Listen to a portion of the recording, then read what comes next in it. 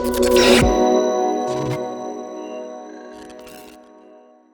everybody, good morning. Welcome to another edition of Mike Talks.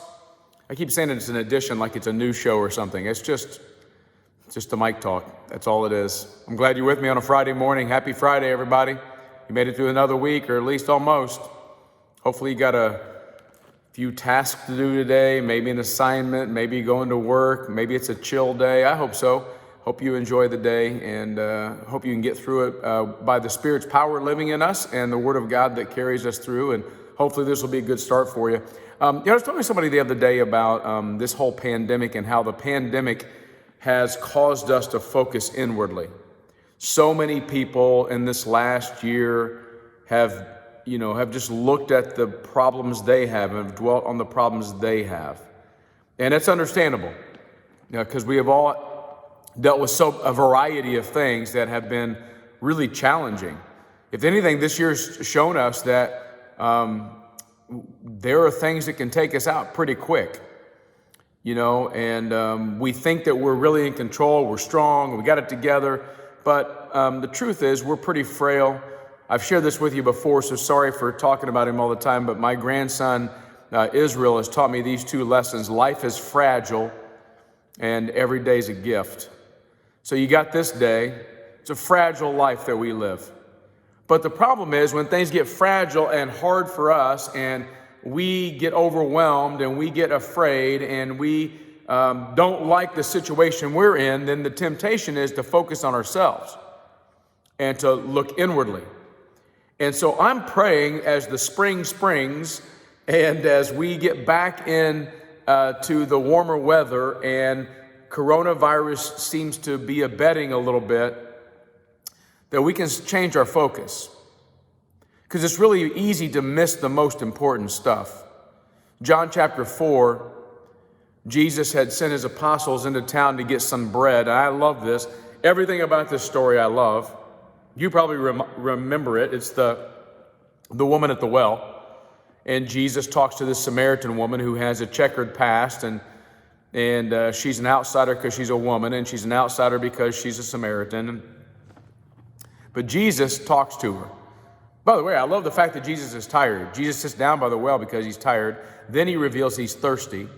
And he takes his human need, his tiredness and his thirst, and begins to talk to this woman about her tiredness, her soul tiredness, and her deep down spiritual thirst. What a beautiful sermon.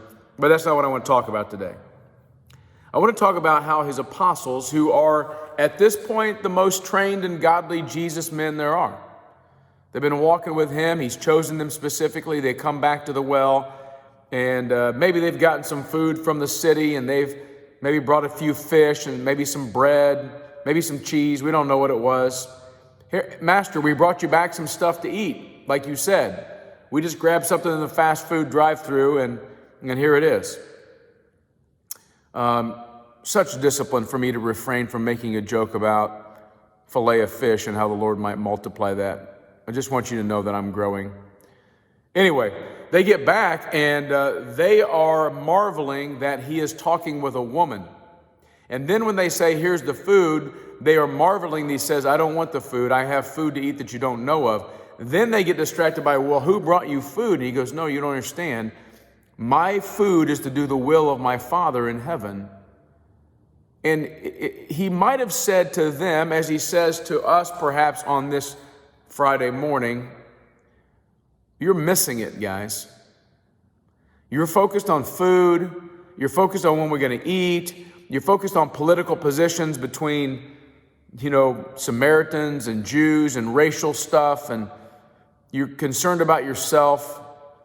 You're trying to serve me, but you're missing what I'm all about. And here's what he says. Do you not say there are yet 4 months, and then comes the harvest? Look, I tell you, lift up your eyes and see the fields are white for harvest. That's John chapter 4, verse 35. Let me read it again. Do you not say there are yet 4 months, then comes the harvest? Look, I tell you, lift up your eyes and see that the fields are white for harvest. This picture has been painted of Jesus looking out on the desert landscape and seeing people in the heat of the day who would have probably been wearing white turbans and light clothing to keep them cool, and comparing the white turbans on their head to the field that's white with harvest as the grains turn white towards the top of the stalk. Jesus saying, listen, if you want to be a part of following me, don't focus on the food, don't focus on the thirst, don't focus on the tired, don't focus on what you think about socially should be up or down, or what you're trying to accomplish, or where people belong, or where they should, where they fit in your mind. Guys, you're missing it. Literally, look out. The harvest is coming. There's hundreds of people who need me. And that's what I've called you guys to the harvest. And so it's Friday.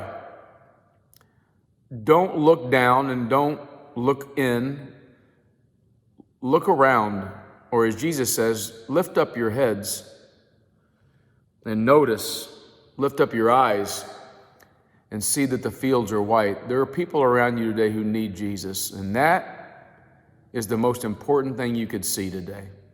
What will you see and what will you say? Lift up your eyes and see. Peace.